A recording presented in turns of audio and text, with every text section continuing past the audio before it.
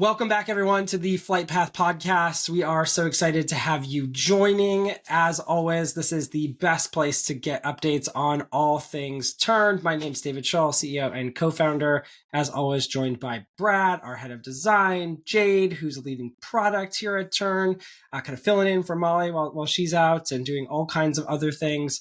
And we are really excited. We've got a great show for you. Before we jump in, I've got to say, if this is the first time that you're listening, we cover all the updates that we make to Tern. We're the only platform in the travel industry that is shipping meaningful updates every single week. That can mean there's a lot to stay up to date with. There's a lot changing. There's a lot of exciting things on the roadmap.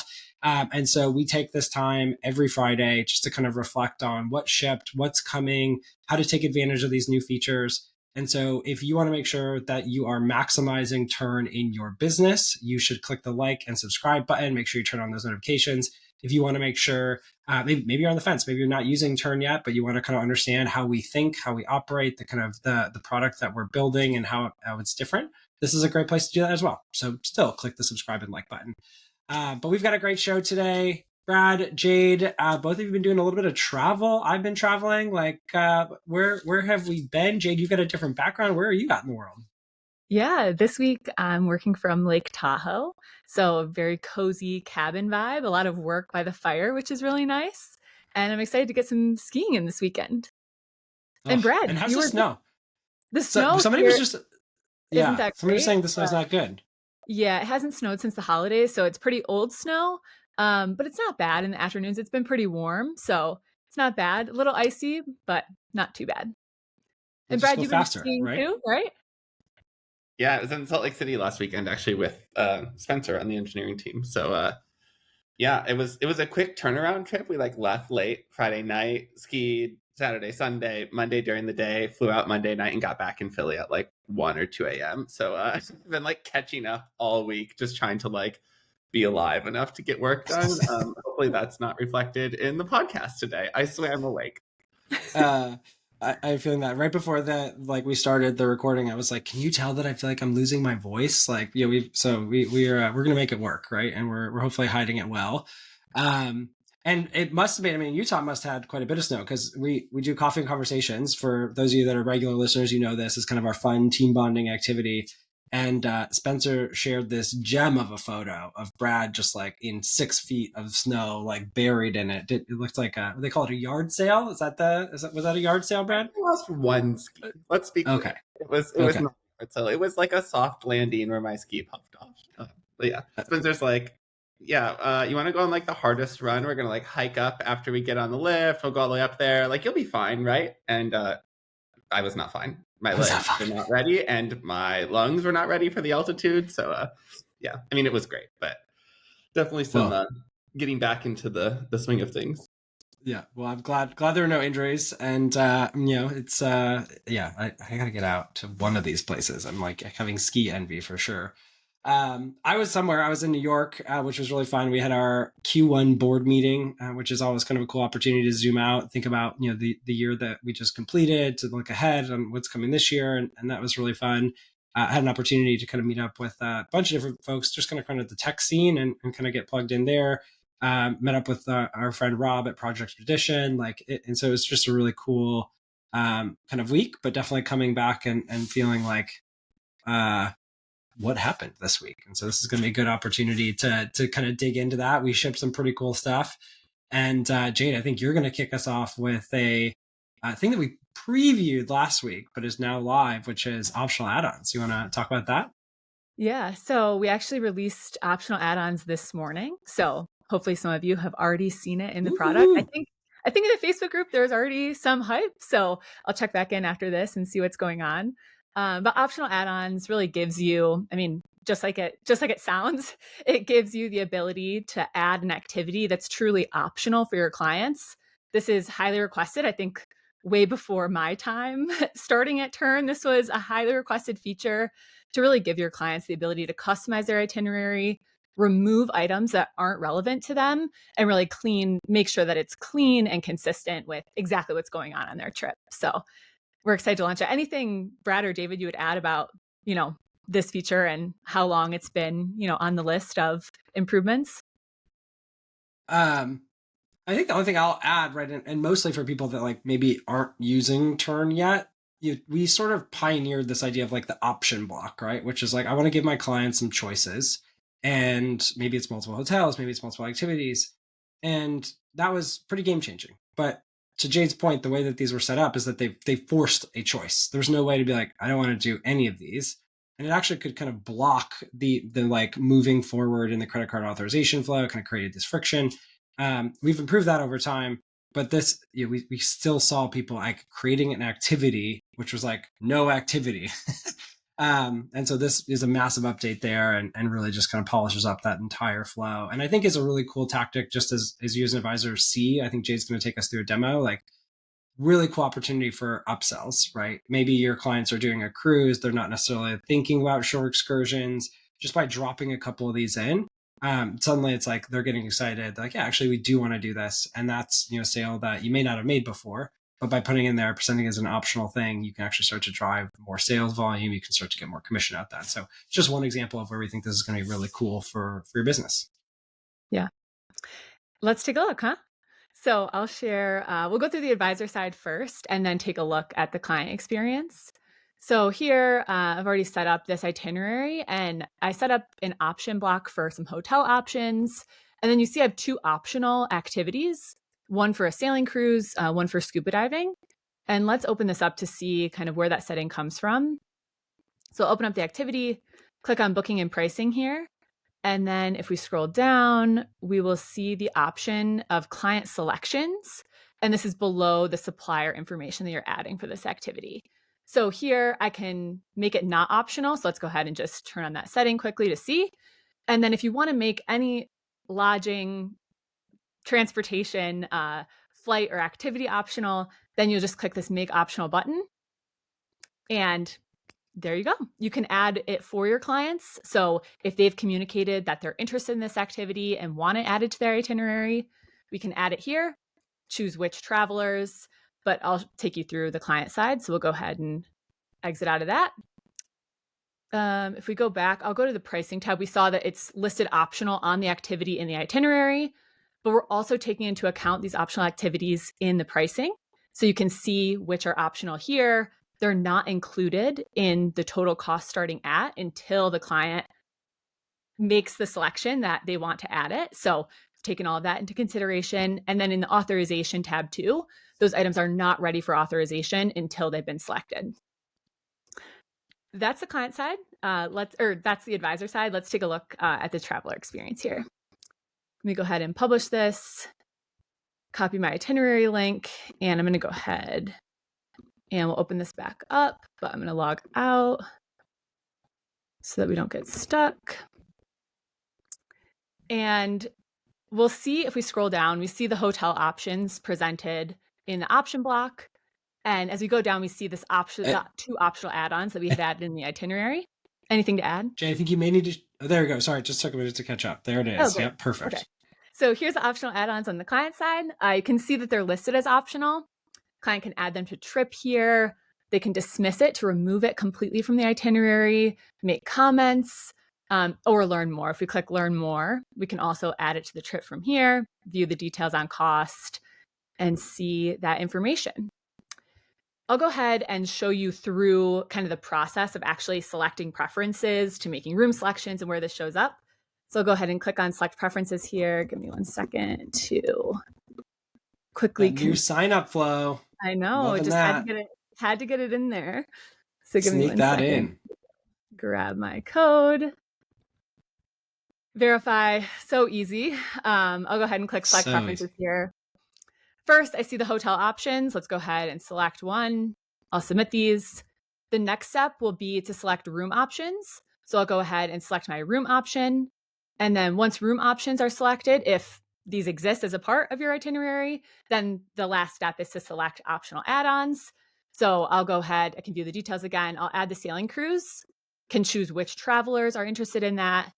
And then I'll leave the scuba diving and Santorini. Clients can always come back to optional add-ons if they're not ready at this point. And I'll go ahead and submit these selections. And that takes me right into authorize the credit card authorization flow. I can see that sailing cruise is now here and ready because I've added it, but scuba diving I haven't added yet, so I don't see that here, and my hotel. So a really smooth flow, and should really just streamline the process of your clients creating their itineraries exactly how they'd like them. Anything that I missed?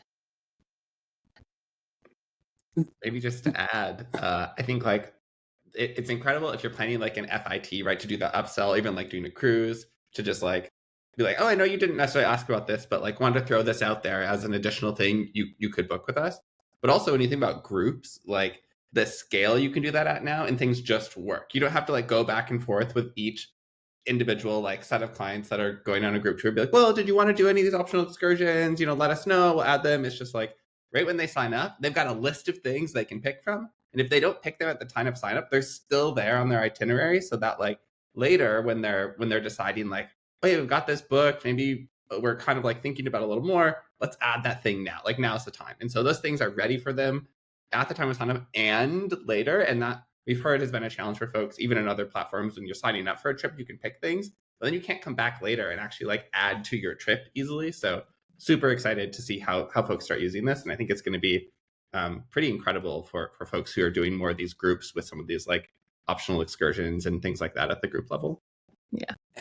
And I think like we just like a little peek behind the hood here too. Like this is like a full booking flow, right? That we've basically built. And to Brad's point, it works at the group level, it works for the individual trip level. And this is really what I think is pretty game changing, is that from a advisor perspective, you do all this work, right, to create this trip. And historically, there's been so much friction in the process of actually going from like, here's the proposal, let's actually get everything booked. There's like email back and forth. There's what options do you want? There's like, oh, we selected the hotel. Now what rooms do you want? Like that's been so just like time intensive. And it's part of this thing. Like we'll talk about this probably in a future podcast, but like we're thinking a lot about this idea of like invisible work. And it's like work that travel advisors have had to do, and that doesn't actually add direct value to the business or direct value to the client. And I think a lot of this historically, the back and forth email, the waiting, the like, I don't know what they want to do, and the inefficiency that brings is like a great example of this. And now in turn, it's like you lay out the trip and your clients can literally go through that. And this is like hard to build. Like Jake sort of like kind of like, oh, like you can select which travelers are going to do this. Like that was actually really hard because the travelers can change on every version of the itinerary, and that trip changes over time. And that was necessary to figure out dynamic pricing, because you may price that activity based on the number of people that are on it, right? So it's like, oh, cool, like beautiful demo flow, all looks really simple and easy. But the like back end lift to make that feel magical was like just a Herculean effort. So I think it's like just a testament, right? If things feel that simple, if they feel that magical, again, it's like there's such a tremendous amount of design and product and engineering work that sit behind that to actually create that experience. So really special. And we're really just building a booking platform for every single advisor that's using Tern, which I think is like pretty special. And just one more thing, I think this speaks to the beauty of how we built group trips in Tern to rely on, regular trips as the foundation. These features are then available. Optional add-ons are available immediately for both. And that's also that wasn't easy. And I think we talked a lot about group trips in the past on the podcast of building it out, but I think it just speaks to like how elegant that solution was and what we can do and how we can, launch these features now at scale for all kinds of trips really easily. So cool. So that's a huge release. Can't wait to hear what folks think about it. Like Jade said, like post about the Facebook group. Let us know. Like we love hearing those wins. Going off the agenda for a second, like we saw a really cool win. I was like running between meetings in New York and like pulled up the Facebook group, and it was just like a really cool story of somebody who's like friend connected them to this like corporate group that wanted to do like a retreat in Las Vegas. And they were competing with this like 5-star Vegas concierge, and it's still in progress, but they were like, I can like compete at a level that like I never really thought that I'd be able to. And the way that I did that was like I went into Tern, I built this beautiful landing page of all the different things I thought the group could do. I like showed the different room options, and like it was just a really cool example of how like advisors are using this technology to create a truly differentiated client experience at the group level, at the corporate level, at the individual level. So we watch, I'm like addicted to the Facebook group. I love hearing those stories. So definitely keep those coming. we've got some big updates on the agency side as well. And I'm going to hand it over to Brad. Do you want to talk about some of the agency back office features that we're working on? Yeah, and we'll demo one piece now, and then we'll talk about like all the things that are coming. This is like a core investment, for the next couple of months, at least. I mean, it will go on forever, but like we're really like each week you should be expecting almost something new on the agency side. The first piece that we've been working on and we can share today is adding adjustments for your agents for things like bonuses or fees that you need to charge your agents. So that way, in addition to being able to have all of your commission data in turn for your agents to see like what they're being paid out for, you can now also include fees and bonuses. And when I say now, I mean either by the time this podcast comes out or very, very early next week. There's like a few little finishing touches we're still working on, but yeah, we'll give you a quick little preview of that here. Just got to get my screen shared. And I think we should be good. So just to orient everyone, we are on the commission tab, on the agent payouts tab within that. And I'm looking at a specific agency here. I have multiple in my test account in Tern. And most of these items here are for bookings that my agents have reported to my agency and their splits that they have, their payouts. And what I can do now from here, instead of just looking at the bookings that they're getting paid out for their commission, I can now up here add an adjustment. And this will allow me to put an amount. Let's say that I want to, give an agent a bonus because they hit a certain sales goal. So I could say you're going to get an extra $500 for, like your January bonus. And I can assign it to one of the 3 Brad Turners in my test account. I could also add a note if I wanted to put in more details there. And then I could say like when this will actually be included in their paycheck. So for the most part, we're not expecting people to adjust this. It'll just default to today's date. But if you needed to like hold on to that bonus for some period of time, or you didn't want it to immediately be ready for payout, you could adjust that. And once you save it, it'll show up in the table with the rest of the payouts.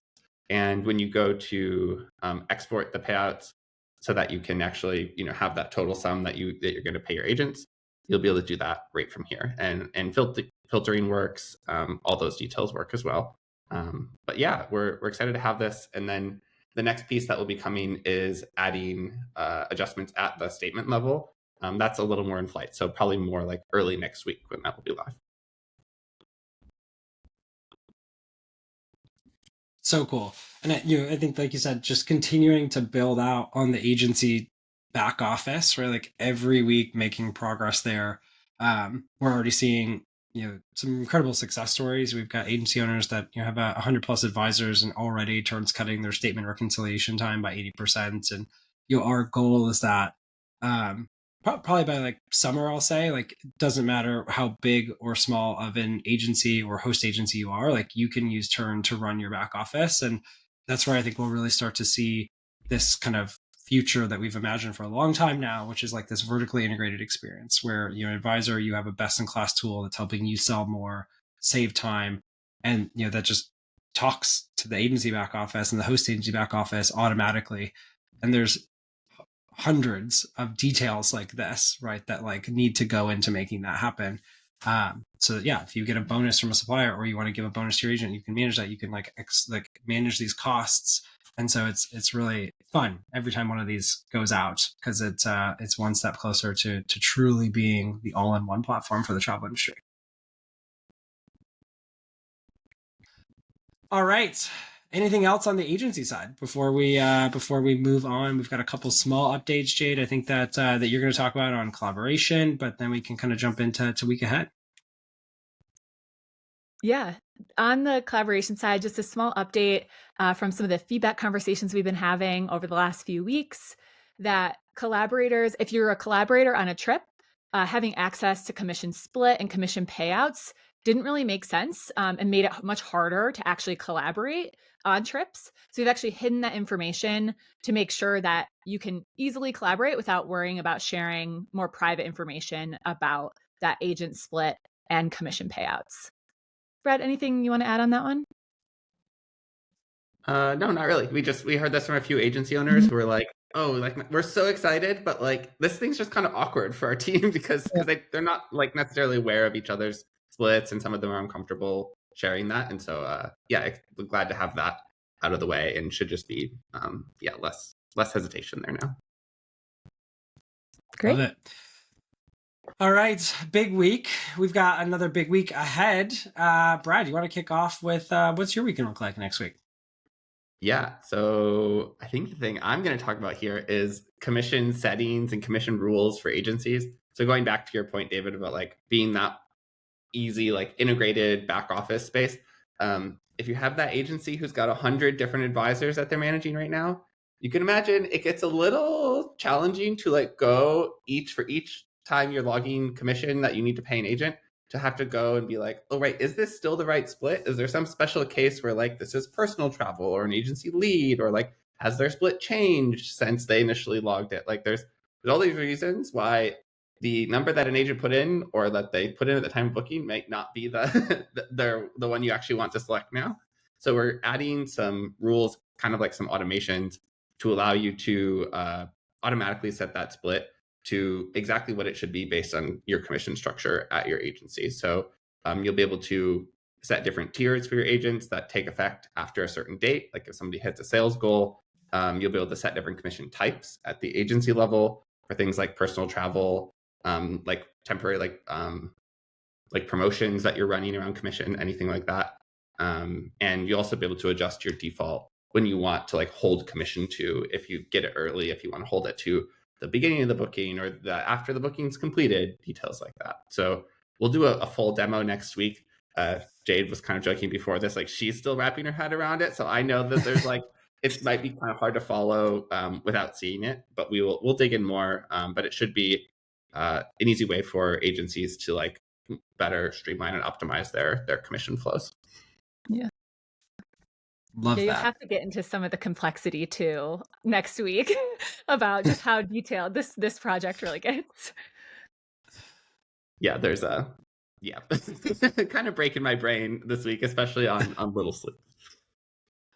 Yeah, fair. I'm like, that's just one of those things where it's like, so every agency has a little bit of a different structure and setup, right? And so it's like, how do you standardize and abstract that in a way that like works at scale, but also like is flexible enough? Like there's a lot in that project. So excited about that. Jade, what about you? What's your week ahead look like? Yeah, we're going to be working on something really exciting, following up on groups, and that's inventory management. So we're going to be letting you set amounts of inventory per room type, and then we'll make sure that clients can see like how much of that inventory is taken, so that you can manage, how many rooms you actually have available of that type. So this was highly requested as a part of the groups launch, and a follow-up that we're really excited about. We're also working on the Nihilist migration still. We touched on that last week and showed the experience, but we'll continue to migrate accounts. No action required yet on changing out any external calendar links. We will let you know as soon as those are ready to swap out. So that communication might start next week. And then another exciting update that we'll hopefully share more about next week is we're going to think about some new training options that we'll make available, both led potentially by the Tern team and some Tern community experts. So I'm personally really excited about how we can offer more of these sessions where we can learn from each other. And yeah, I'm hoping that we can announce some updates next week. Yes, more to come next week. I think it's like, if you're in the Facebook group, if you've seen the community, right, like people are already modeling this. And so like thinking through how do we really put kind of gas on that fire, right? And like really help enable community members to teach and to train and to kind of share what they've learned in a way that is a win for everybody. So really excited about that. And it's gonna be good. My week, I'm back on the road again next week. I've got a couple days in the office, and then I'm heading to Orlando. We've got a couple kind of agency conferences that we've been invited to kind of speak at. So we'll be in Orlando on Wednesday and Thursday, and then So if you're in the Orlando area and you're listening to this and you want to chat, like, let me know. Would love to meet up with some folks. And the rest of the week, going to be a lot of continue to dig in on kind of roadmap planning for, what does our kind of go to market look like for the next 8 months? A lot of stuff coming out of the board meeting that now we need to start to kind of put into action.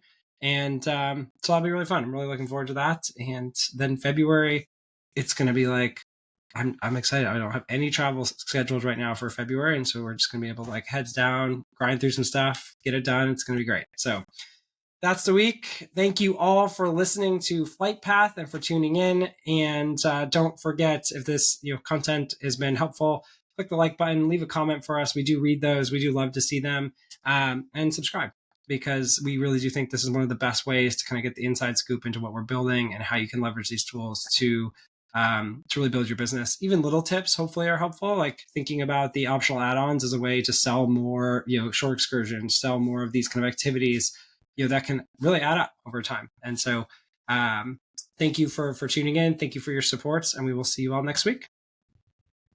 See ya.